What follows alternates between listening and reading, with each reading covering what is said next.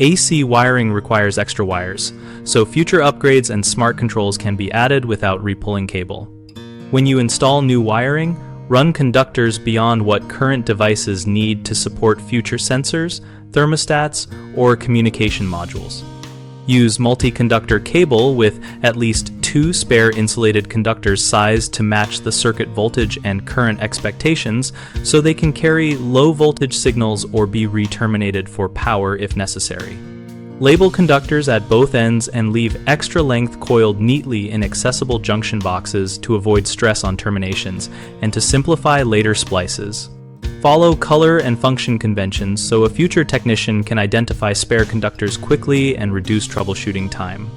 Place spare conductors in conduit where possible because conduit allows pulling additional wires later without opening walls and provides physical protection for those spares. For distributed systems, consider running a common shared pair for data or power at each device location so new sensors can be added in parallel without changing the existing topology. Common mistakes are running undersized or single conductor cable only to discover later that added devices need more conductors.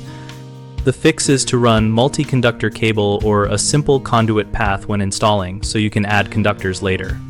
Another issue is failing to label or document spare conductors, which leads to confusion.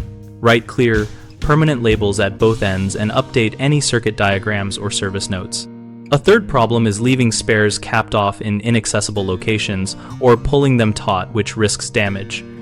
Instead, leave service loops, secure the conductors inside the box, and choose junction boxes with room for future work. BigHomeProjects.com helps homeowners find local contractors and compare options for wiring and control upgrades, and we also help contractors find projects that match their skills. We host a discussion community where homeowners and tradespeople share installation tips, wiring diagrams, and real-world experiences so everyone learns practical ways to avoid repulling cable.